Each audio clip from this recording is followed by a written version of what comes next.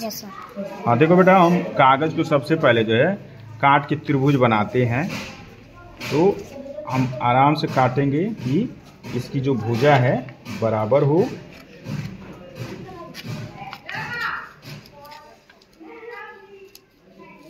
ये आपका त्रिभुज बन गया, कागज़ से हमने काट लिया।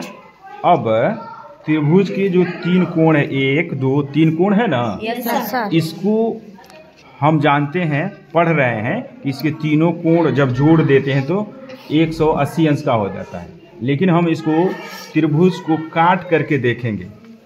और काटने के लिए क्या करेंगे, सबसे पहले एक कोई भी इसमें जो दूरी है चाप लेते हैं। Yes sir. वो यहाँ भी वही रहना चाहिए, इसको फिर बाद में छोटा बड़ा नहीं करेंगे।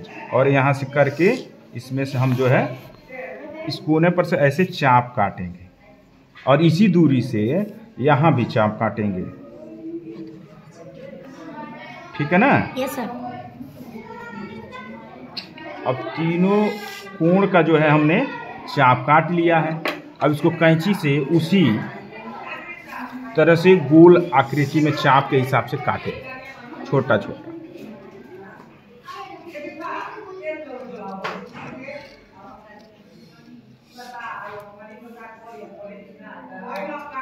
ये एक कोण हो गया।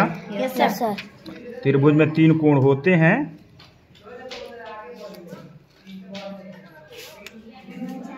ये दूसरा कोण हो गया। Yes sir.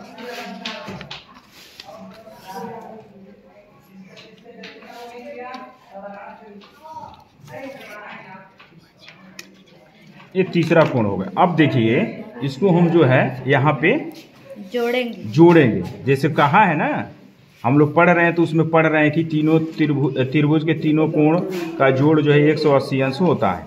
तो अब हम देखिए तीनों कोण को हम यहाँ पे जोड़ते हैं और जोड़ेंगे तो देखेंगे। देखिए क्या होता है, ये नीचे तीनों जब जोड़े हैं तो तीनों क्या हो गया, बराबर हो गया।